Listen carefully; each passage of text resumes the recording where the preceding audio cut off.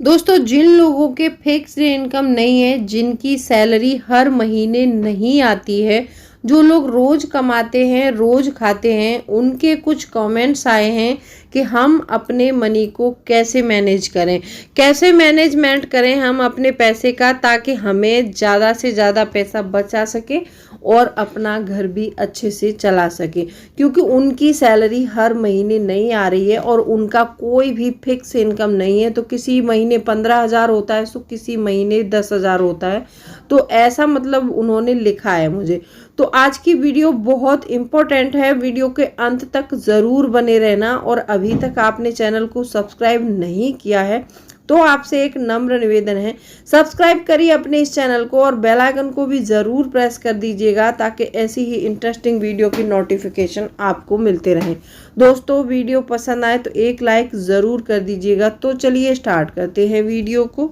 आगे इस वीडियो को बहुत ही ध्यान से देखिएगा।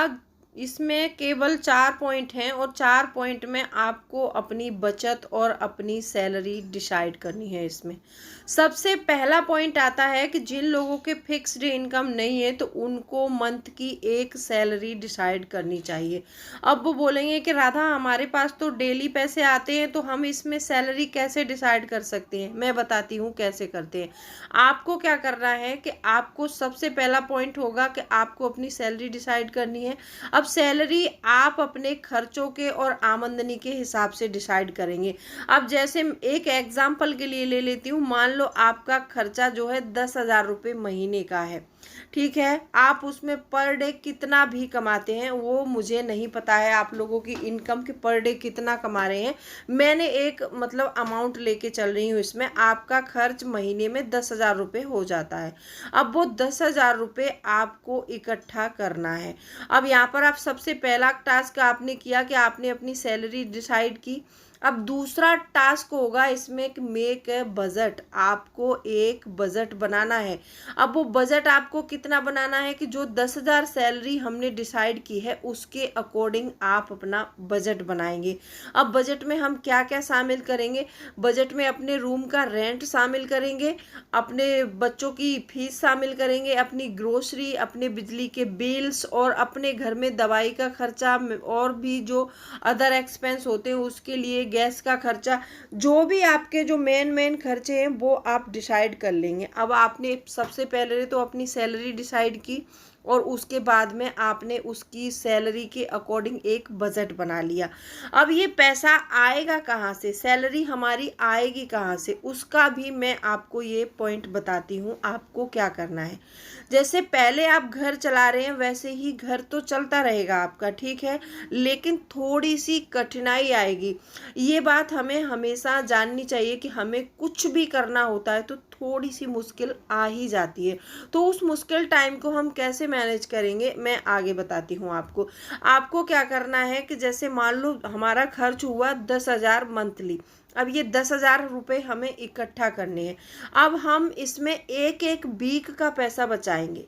महीने में 4 वीक होते हैं। अब 4 वीक में हमें 10,000 रुपये इकट्ठे करने हैं। तो 4 वीक में हम कैसे इकट्ठे करेंगे वो 10,000 रुपये?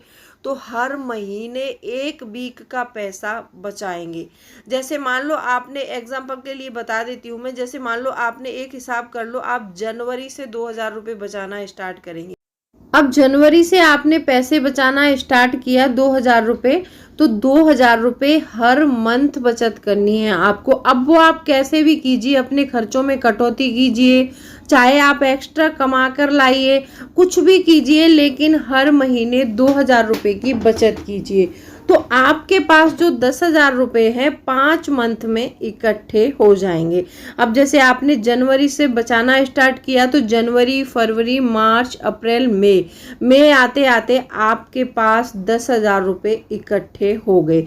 अब आपने अकाउंट खोला था, उस अकाउंट में आपके पास 10,000 रुपये इकट्ठे हो गए। अब उस 10,000 रुपये को आप निकाल लीजिए। उसमें से 10,000 रुपये आपने निकाल लिए अकाउंट में से।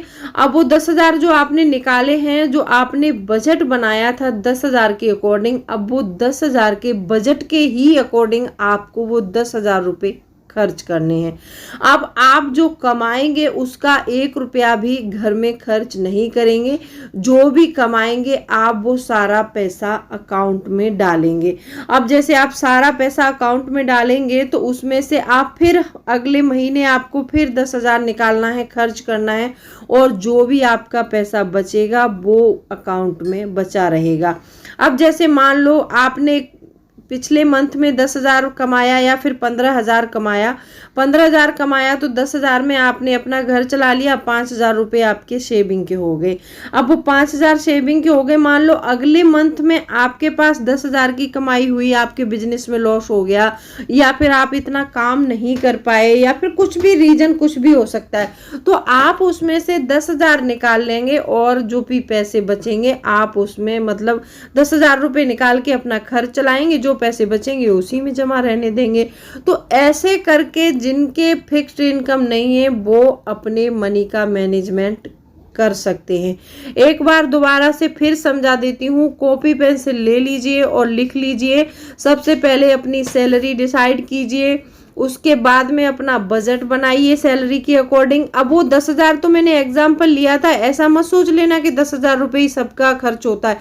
सबकी सैलरी अलग डिसाइड होगी, सबका खर्च अलग होगा, सबकी कमाई अलग होगी।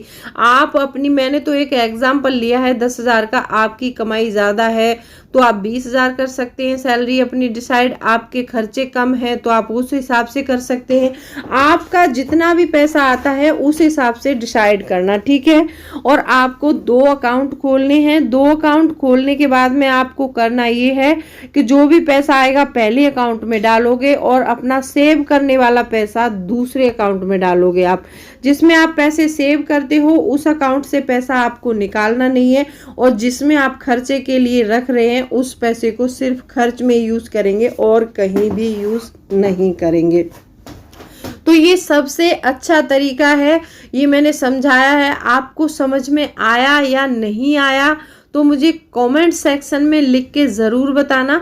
अगर आपको समझ नहीं आया होगा तो मैं कॉपी पेंसिल लेके उस पर भी समझा दूंगी कि जिनके फिक्स्ड इनकम नहीं है वो अपने पैसे कैसे बचाएं। और इसी में मैं 5 टिप्स बताती हूँ आपको कि जो भी कमाते हैं, जितना भी कमाते हैं, सबसे पहले आप सेविंग करना शुरू कीजिए। अगर आप सेविंग नहीं कर रहे हैं तो समझो कुछ भी नहीं कर रहे हैं, क्योंकि आज की सेविंग हमारी कल की कमाई बन सकती है। इसी में दूसरा पॉइंट ये है कि जितने भी खर्चे हैं आप अपने खर्चे कम कीजिए।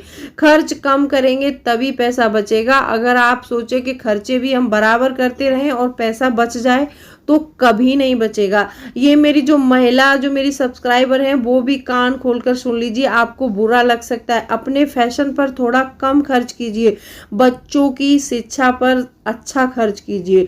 अपने फैशन में थोड़ा हम कटौती करेंगे, अपने खर्चों में कटौती करेंगे तो हम अपने बच्चों को अच्छी शिक्षा दिला पाएंगे और अच्छे संस्कार दे पाएंगे। तो इसीलिए अपने खर्चों में कटौती करिए और बच्चों की शिक्षा में कोई कटौती नहीं होनी चाहिए, उनको बराबर पढ़ाओ। क्योंकि ये बहुत सारे कमेंट आते हैं कि हमारे बच्चों की फीस बहुत ज़्यादा जाती है। फीस ज़्यादा जा रही है तो बच्चे अच्छे पढ़ रहे होंगे, ऐसी बात नहीं है कि जहाँ पर मतलब, और बहुत सारे ऐसे भी हैं कि मतलब बच्चों कमा तो बहुत रहे हैं, बच्चों को पढ़ाने के लिए कंजूसी करते हैं। तो ऐसा नहीं करना है, क्योंकि हमारी लाइफ की जो कमाई होती है ना, सिर्फ हमारे बच्चे होते हैं, आगे जाके उनको ही संभालना है। अगर उनको ही अच्छी शिक्षा नहीं मिलेगी तो बच्चे क्या करेंगे आगे जाके। तो बच्चों की शिक्षा पर ज़्यादा से ज़्यादा खर्च करें और ज़्यादा से ज़्यादा ध्यान भी देना है। ऐसा ही नहीं कि पैसा ही खर्च करना है, उन पर ध्यान भी देना है। और तीसरा पॉइंट आता है कि अपना बजट ज़रूर बनाइए, हर महीने बजट से चलिए। जिसका घर बजट से चलता है वो बहुत पैसा बचाता है। बजट बना लिया है उसके हिसाब से अपने खर्चे मेंटेन कीजिए। और जब भी आपकी कमाई बढ़ती है, जैसे मान लो आपकी सैलरी बढ़ी है, आपकी सैलरी में बढ़ोतरी हुई है, तो उस बढ़ोतरी को ये मत सोचिए कि हम इस महीने ये खर्च बढ़ा लेते हैं। खर्च बढ़ाने के बजाय ये सोचिए कि हम इस कोई अच्छी स्कीम में, हमारी अगर सैलरी बढ़ी है तो हम किसी अच्छी स्कीम में अपना पैसा इन्वेस्ट कर देते हैं। इन्वेस्ट वो ताकत है कि इन्वेस्टमेंट करते रहिए। इन्वेस्टमेंट में मतलब ये है कि समझ लो कि आप एक पौधा लगा रहे हैं पैसों का। पैसों का पौधा लगा रहे हैं जो बड़ा होगा, आगे जाके हमें फल के रूप में पैसा देने वाला है।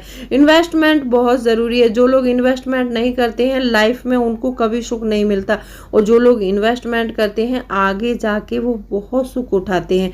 आपने देखा होगा कि हम एक आम का पौधा लगाएंगे, वहीं पर एक बबूल का पौधा लगाएंगे।